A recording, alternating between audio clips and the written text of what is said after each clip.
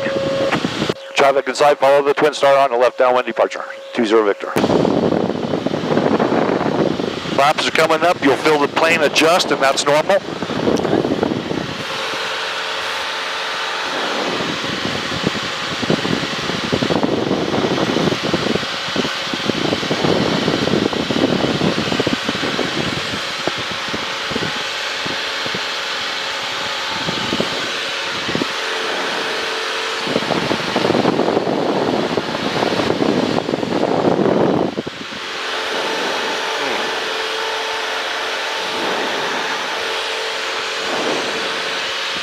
Well, where'd that Twin Star go?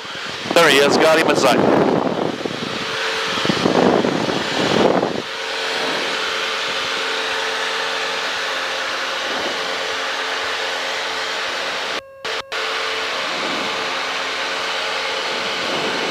Okay, we're going to turn left. We'll be banking just gently.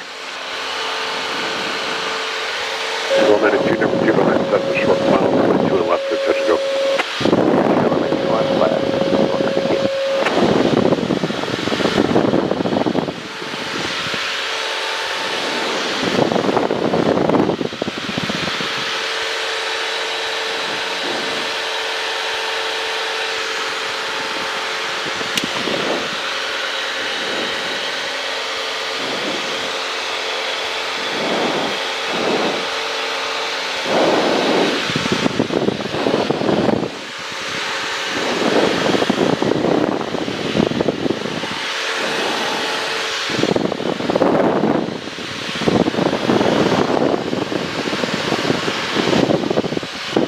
I'm going to turn your squelch down just a teach.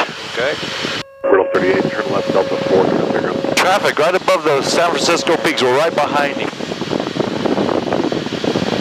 Well, that's a cloud. Maybe not. Nope. I see the two clouds. Yeah, that's what I was thinking was him, but that's not him. But he's cleared to land. He'll be doing back to the field.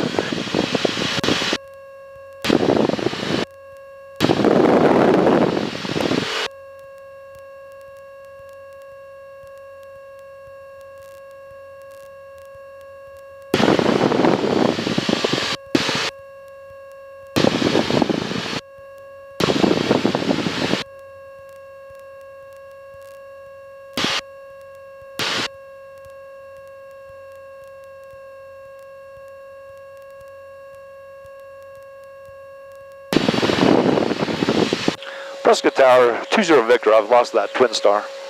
20 Victor, they're no factor. They're left base below 6,000. Right. 20 Victor, thanks.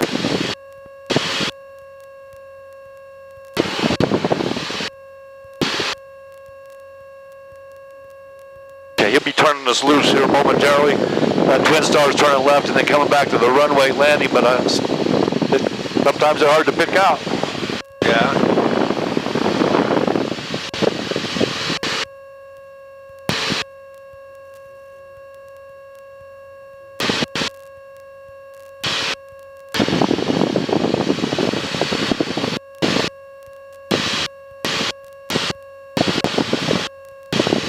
Well, what do you think so far?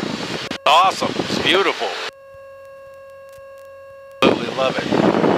I did skydiving one time, and that was one of my favorite things. Oh, that had chute pump. Exhilarating, yeah. I got a really good look around. It was fantastic.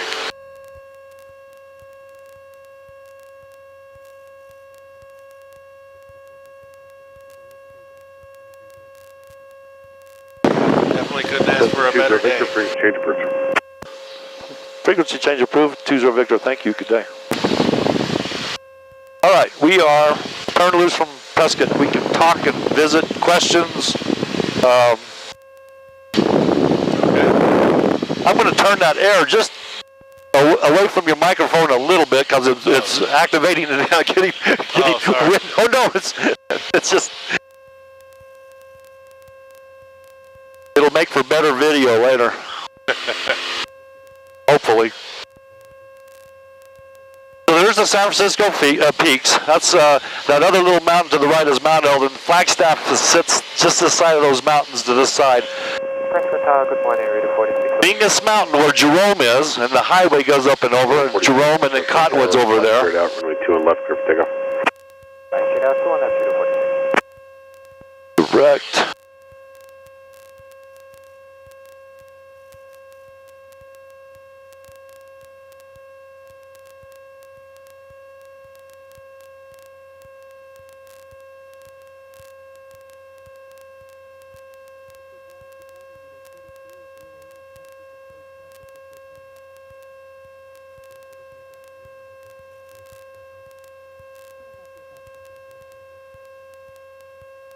As far as looking for any traffic, it's just out in front of us, not necessarily sides. And right now I'm still on power frequency. I'm listening to them, and so anybody coming in this little corridor right here, a lot of people are coming around, but they would be calling up, and so we've got the help still looking, but you're just generally looking, and it's not like having to look for sharks, but it's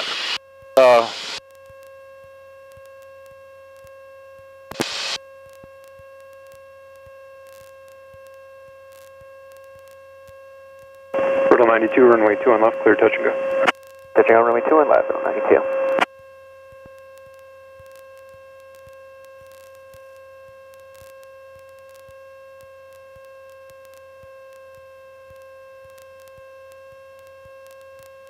as we get out over this little bit of mountains, you know, that little bumpiness, common, nothing.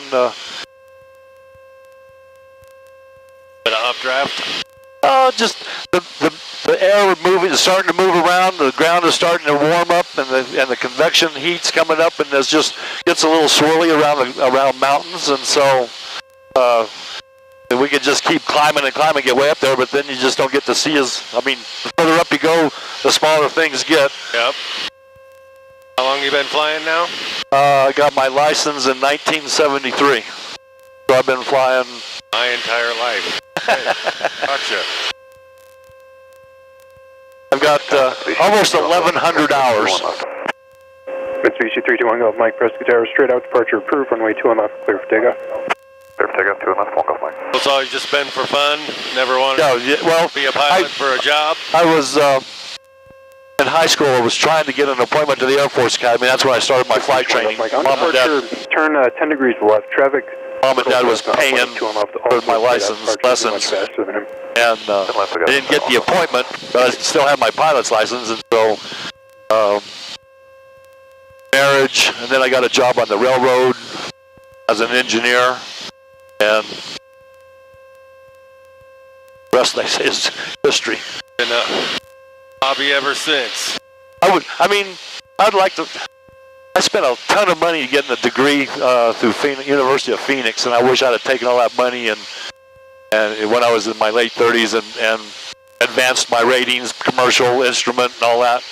Probably done it, but I'd been a pilot. But I was a railroad engineer for 25 years, and that's a traveling job, and not very good for home life. I'm sure a commercial pilot's kind of the same way. So right in here, this is the upper end of Sycamore Canyon. Sycamore Canyon is a wildlife wilderness area. No motorized vehicles in there, except they do have the Clarkdale Railroad. Comes out of Clarkdale and goes up into the canyon, and then but it's kind of opens up, and we're coming up into the Verde Valley over here, and then we'll be flying Sedona's right over there, so we'll be headed that way in a minute. Traffic or what? No, what is the rock formations over there? Oh, that's Sycamore Canyon. That's part of that same kind of formation that's in and around Sedona. The red rocks, there's that layer of stratus rock that's just...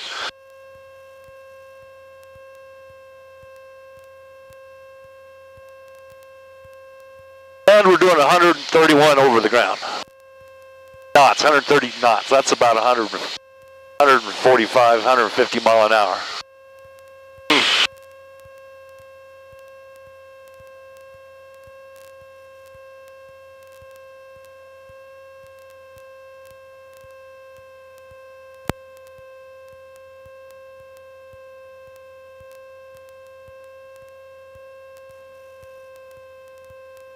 Cottonwood traffic, Cessna Skyhawk 3520 Victor's coming around from St. Matthews. Will be transitioning eastbound about 5 miles north of the field. Cottonwood traffic. That's just an announcement in the blind. There's Cottonwood Airport right there.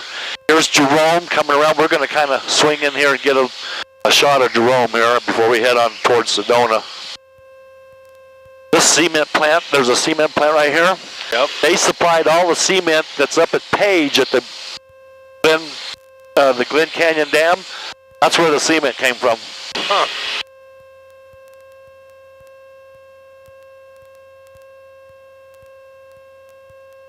A little hazy this morning.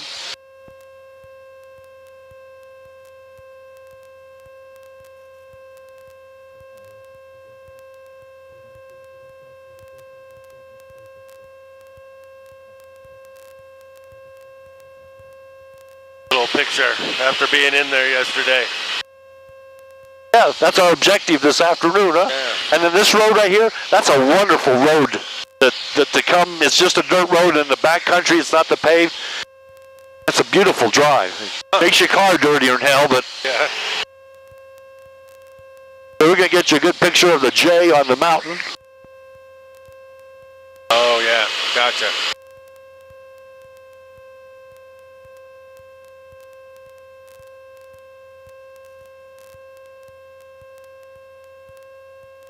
Cottonwood traffic, Cessna Skyhawk 3520 Victor. We've turned southbound. We are west of the field over Jerome. We'll go ahead and pass to the west and south of Cottonwood before we turn back eastbound. Cottonwood traffic. Cool.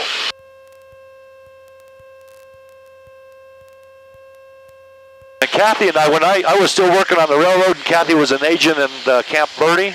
Camp Verde is right over there, about 20 miles, and I'm not seeing it yet, but we built a house on an air park.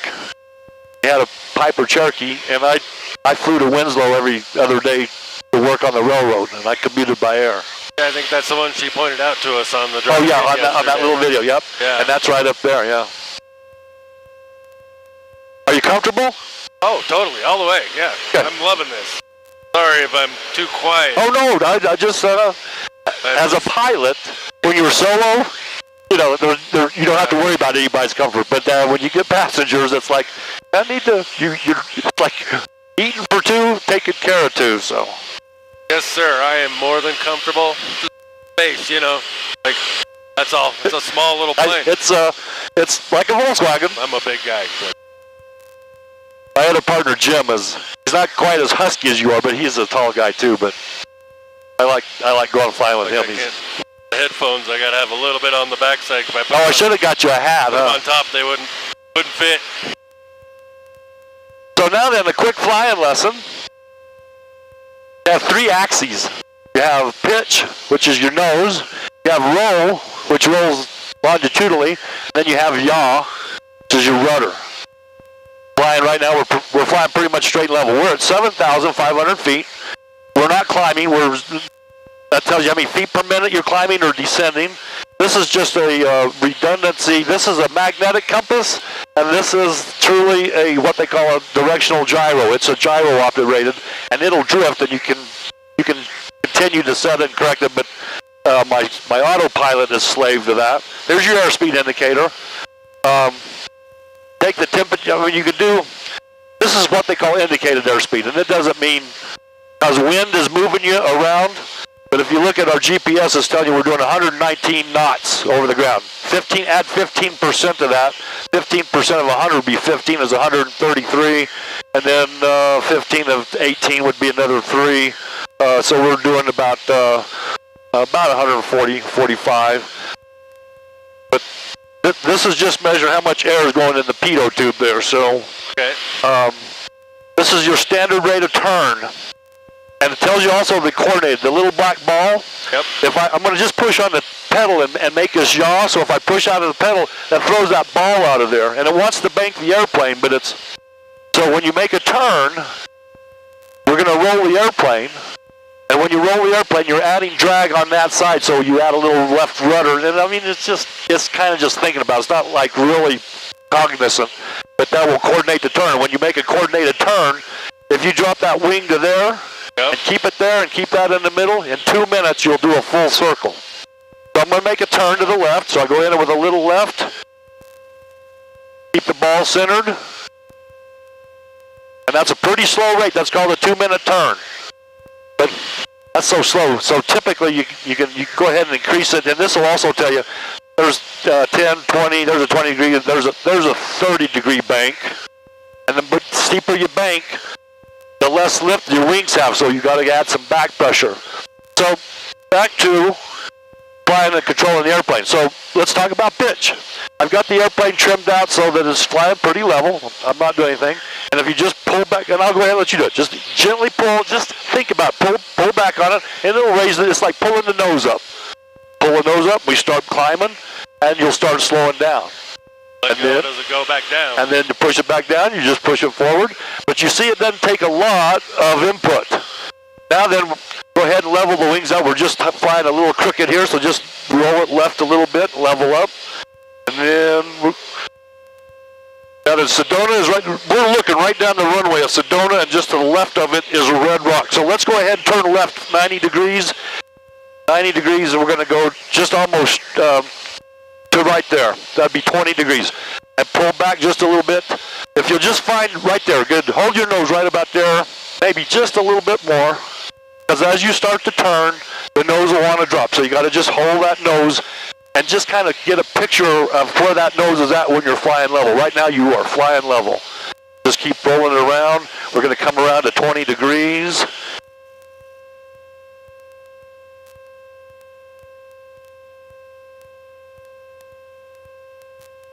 And your ball is centered. You're doing very good. And we're going to go just about 20 more degrees. And then we're going to roll out. Okay, roll out straight and level. A little faster. Now then, just to the right now, you see there's a mesa, and you can see the runway running just a little bit of an angle. And then right up above it is red rocks. You see it? Mm-hmm. Okay. So that's all of the red rocks of Sedona.